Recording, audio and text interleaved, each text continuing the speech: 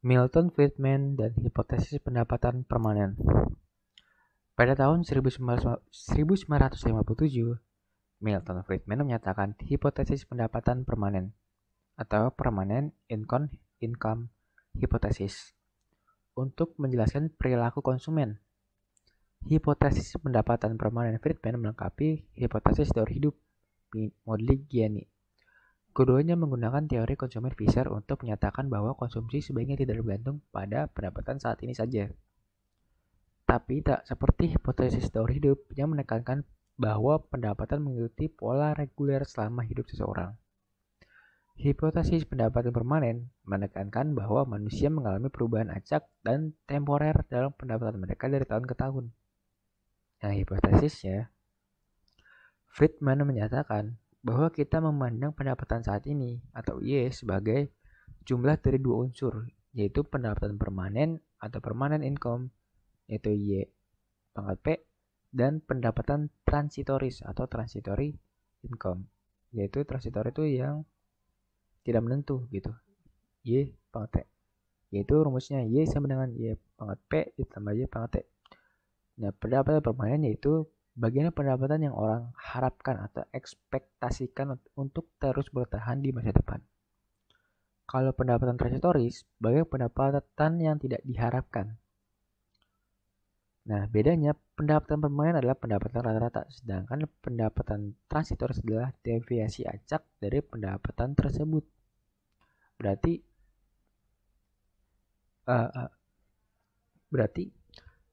teori Milton Friedman ini, yaitu pendapatan permanen ini menyempurnakan dari teori sebelumnya, yaitu teori hidup. Dimana kalau teori hidup cuman ya pada yang cuman bisa bekerja, yang punya pekerjaan tetap, punya pensiunan. Nah, kalau di sini ada pendapatan transitorisnya, yaitu pendapatan yang yang tidak diharapkan atau yang acak dari pendapatan yang permanent income-nya gitu, dari pendapatan yang ada.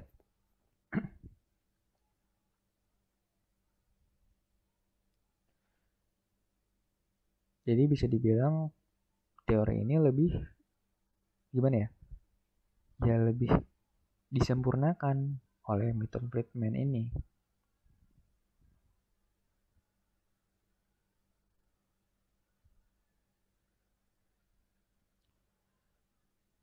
Nah, di sini Friedman berpendapat bahwa konsumsi seharusnya bergantung terutama pada pendapatan permanen. Karena konsumen menggunakan tabungan dan pinjaman untuk meratakan konsumsi dalam menanggapi perubahan-perubahan transitoris dan pendapatan. Dan di ilustrasinya di sini, konsumen membelanjakan pendapatan permanennya, tetapi mereka akan menabung sebagian besar pendapatan transitorisnya alih-alih membelanjakannya. Friedman menyimpulkan bahwa kita seharusnya memandang fungsi konsumsi sebagai pendekatan C sama dengan A dikali Y pangkat P. Ini berarti pendapatan permanen, di mana A konstanta yang mengukur bagian dari pendapatan permanen yang dikonsumsi. Hipotesis pendapatan permanen menyatakan bahwa konsumsi bersifat proporsional terhadap pendapatan permanen. Kalau kita lihat dari ilustrasinya, Maria yang memiliki gelar sarjana hukum berpenghasilan lebih banyak tahun ini daripada John yang tidak tamat SMA. Pendapatan Maria yang lebih tinggi berasal dari pendapatan permanen yang lebih tinggi karena pendidikannya akan terus memberikannya gaji yang lebih tinggi. Sue, seorang petani jeruk Florida, berpenghasilan lebih kecil dari biasanya tahun ini karena salju menghancurkan tanamannya. Bill, petani jeruk California, berpenghasilan lebih banyak dari biasanya karena salju di Florida mendongkrak harga jeruk. Pendapatan Bill yang lebih tinggi berasal dari pendapatan transitoris yang lebih tinggi. Karena sama seperti Sue, belum tentu ia menghadapi cuaca yang baik tahun depan. Gitu. Jadi kita bisa lihat nih, kalau ada pengaruh dari pendapatan transitorisnya. Hipotesis pendapatan permanen membacakan teka-teki konsumen dengan mengatakan bahwa fungsi konsumsi yang Keynesian standar menggunakan variabel yang salah atau error in variable. Pada hipotesis ini, konsumsi bergantung pada pendapatan permanen. Tetapi banyak studi tentang Fungsi konsumsi berusaha menghubungkan konsumsi dengan pendapatan sekarang atau Y. Hipotesis pendapat permanen jika dihubungkan dengan APC atau Average Propensity to Consume atau kecenderungan konsumsi rata, maka rumusnya APC sama dengan C per Y sama dengan A per A dikali Y pangkat P per Y. Rumah tangga dengan pendapatan permanen yang lebih tinggi secara proporsional memiliki konsumsi yang lebih tinggi. Para peneliti menemukan bahwa rumah tangga berpendapatan tinggi memiliki kecenderungan konsumsi rata-rata yang lebih rendah. Hal ini disebabkan karena rumah tangga dengan pendapatan transitoris yang tinggi tidak memiliki konsumsi yang lebih tinggi. Nah, kenapa begitu? Karena rumah tangga yang berpendapatan tinggi ini lebih memilih secara asumsinya itu dia lebih memilih saving gitu. Karena udah tahu nih gitu mau dikemanain duitnya. Karena ya kebanyakan tuh yang mempunyai penghasilan lebih tinggi dia bakal memilih saving daripada spending gitu. Makanya pendapatan transitoris yang tinggi tidak memiliki konsumsi yang lebih tinggi. Nah, konsumsinya ini karena dia lebih memilih saving, konsumsinya bakal nggak ya standar aja gitu, nggak bakal lebih tinggi daripada yang yang di sininya gitu.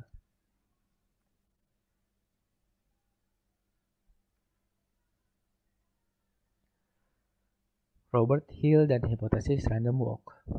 Robert Hall adalah ekonom pertama yang menderivasikan implikasi ekspektasi rasional pada konsumsi ekspektasi rasional, menyatakan bahwa orang-orang menggunakan seluruh informasi yang ada untuk membuat ramalan atau prediksi yang optimal tentang masa depan.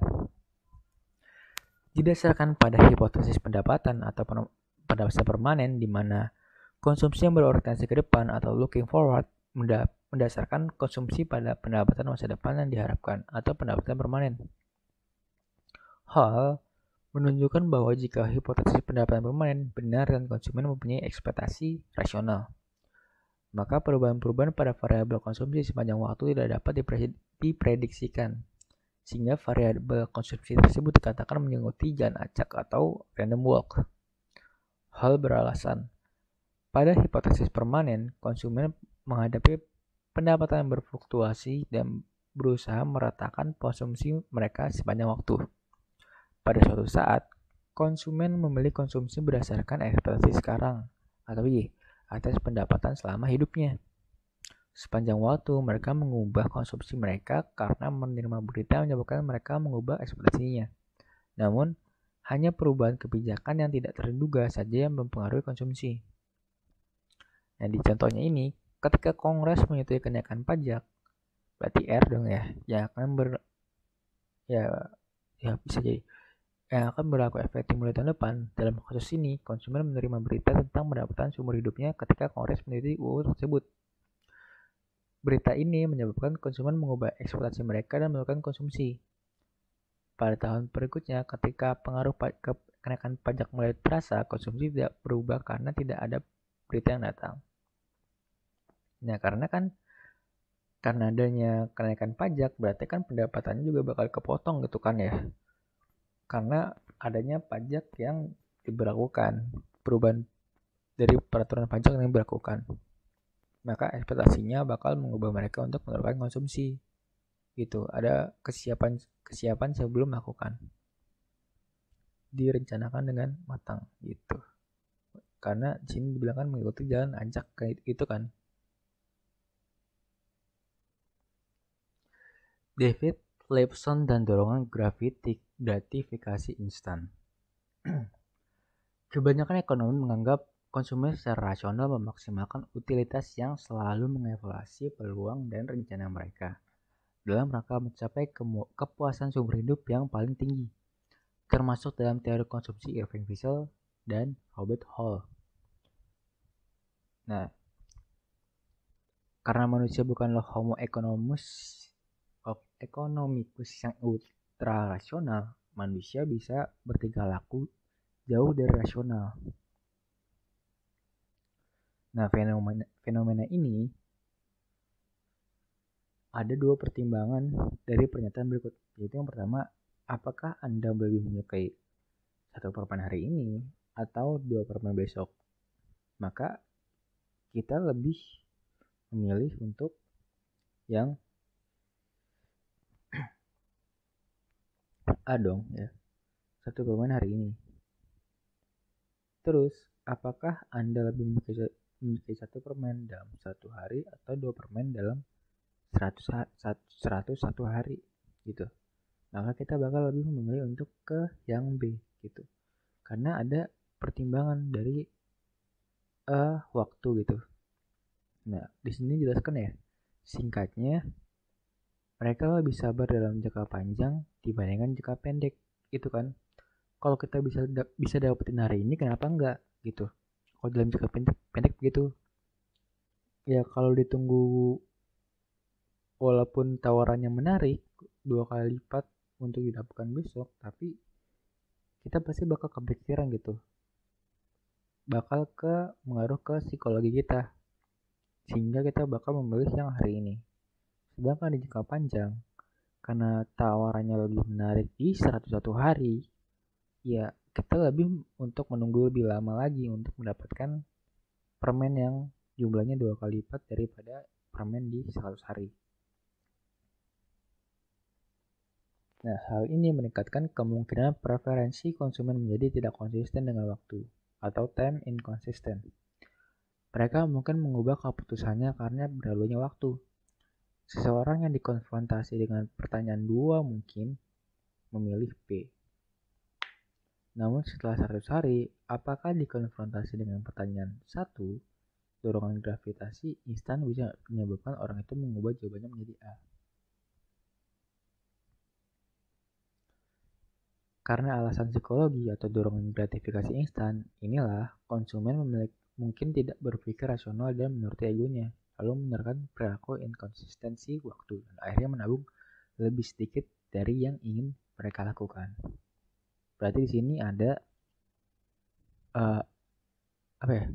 Seharusnya kita lebih bersabar gitu kalau untuk jangka panjang. Tetapi karena ada faktor dari ke psikologi kita, tertekan di psikologi, maka ya ada inkonsistensi waktu nih gitu. Akhirnya berpengaruh ke menabung.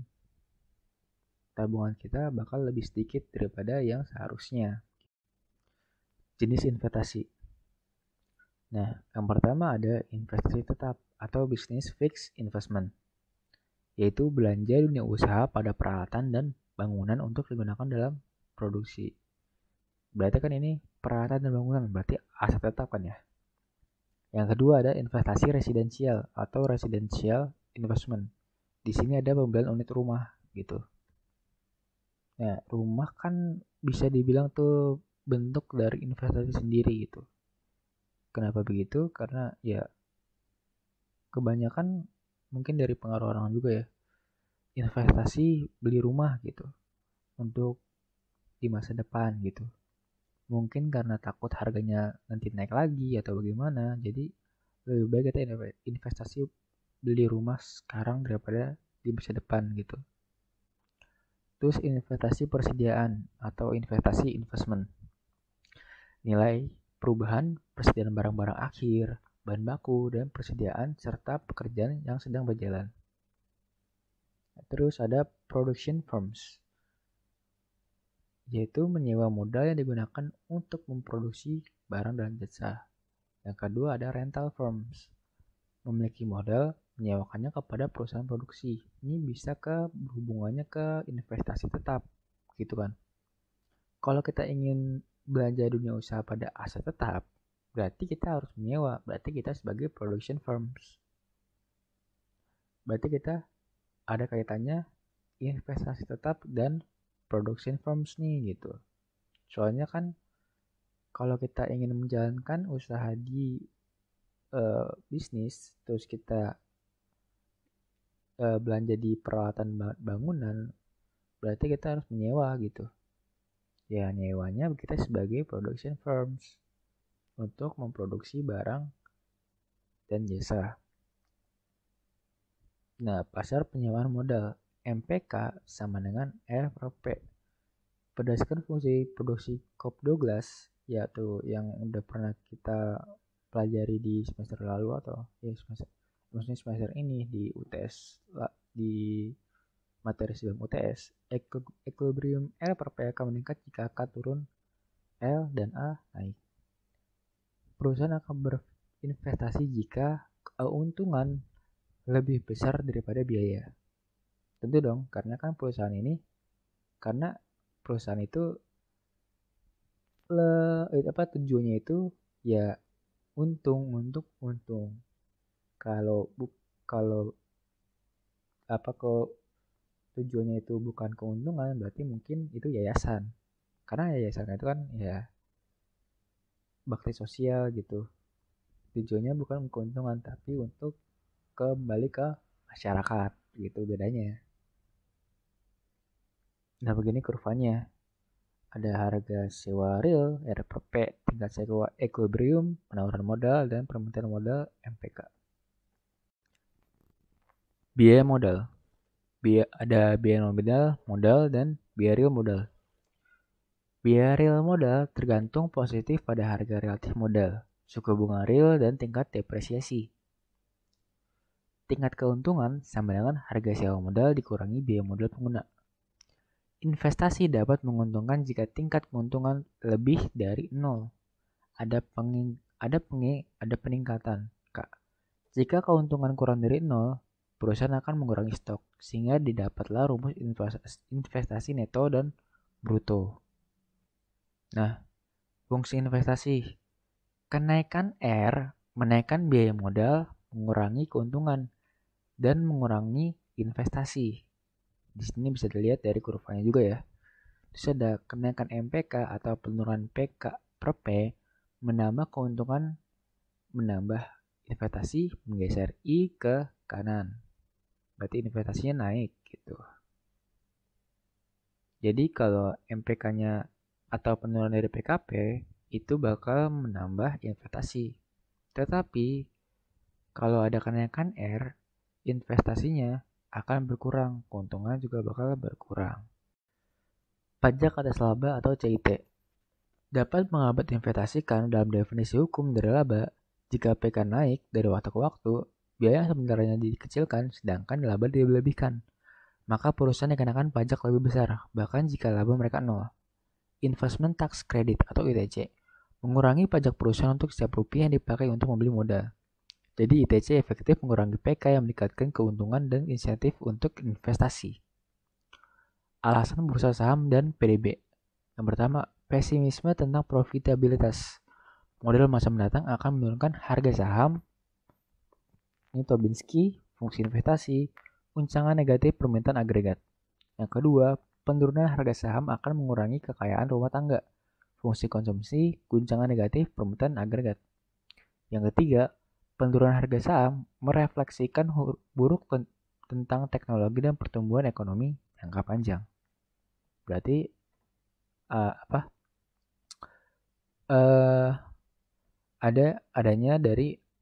adanya faktor dari profitabilitas, penurunan harga saham ke permintaan dan ekonomi jangka panjang atau pertumbuhannya. Efisien market hypothesis atau EMH. Harga saham suatu perusahaan adalah penilaian rasional terhadap perusahaan, memberi informasi terkini prospek bisnis perusahaan. Informali efisien. Setiap harga saham mencerminkan semua informasi tentang saham. Harga saham harus mengikuti random walk yang tidak dapat diprediksi dan seharusnya berubah ketika informasi baru muncul.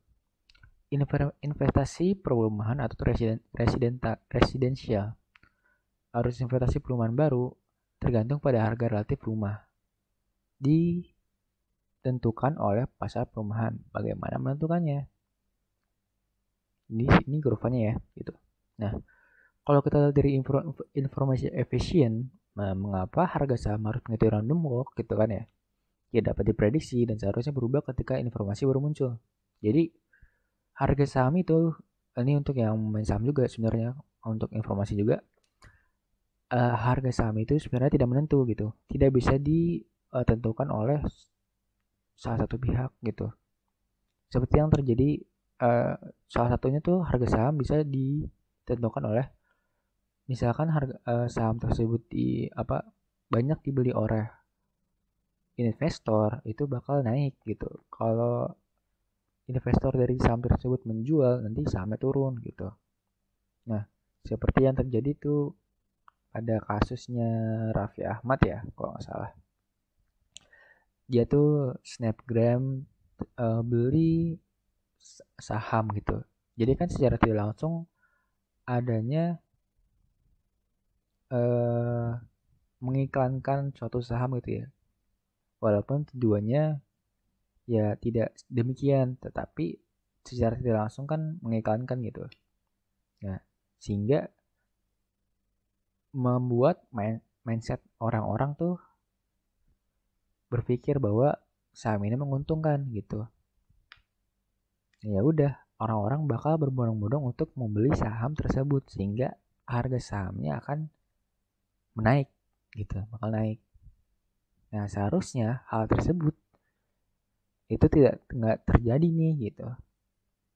Seharusnya saham itu ya untuk yang main di saham itu seharusnya kenaikan dan ke penurunan saham itu diakibatkan oleh perusahaan itu sendiri, kinerja perusahaan itu sendiri gitu. Apakah kinerjanya bagus atau tidak? Makanya di sini ada random walk gitu. Ini tidak dapat diprediksi dan seharusnya berubah ketika informasi baru muncul gitu. Jadi walaupun kita bisa memprediksi ini, kita cuma bisa memprediksi bahwa saham ini bakal menguntungkan atau enggak dilihat dari kinerjanya. Tetapi bisa sewaktu-waktu ada kejadian yang tidak diinginkan dari perusahaan sehingga kinerjanya bakal merosot sehingga ya random gitu, tiba-tiba ya harganya turun gitu penjelasannya. Motivasi menahan investasi persediaan. Production smoothing, penjualan berfluktuasi, namun banyak perusahaan merasa lebih murah untuk memproduksi pada steady rate. Jika penjualan kurang dari produksi, persediaan bertambah, begitu pun sebaliknya. Persediaan sebagai faktor produksi. Persediaan memungkinkan beberapa perusahaan beroperasi lebih efisien, menghindari habisnya persediaan. Ada barang yang belum selesai diproses dihitung dalam persediaan. Persediaan dan suku bunga real. Suku bunga real adalah biaya pengorbanan menahan persediaan. Dan persediaan dan kondisi kredit, yaitu banyak perusahaan membeli persediaan dengan hutang.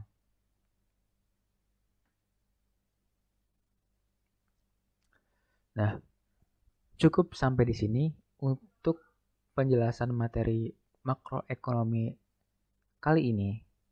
Semoga apa yang saya ajarkan, apa yang saya jelaskan, apa yang saya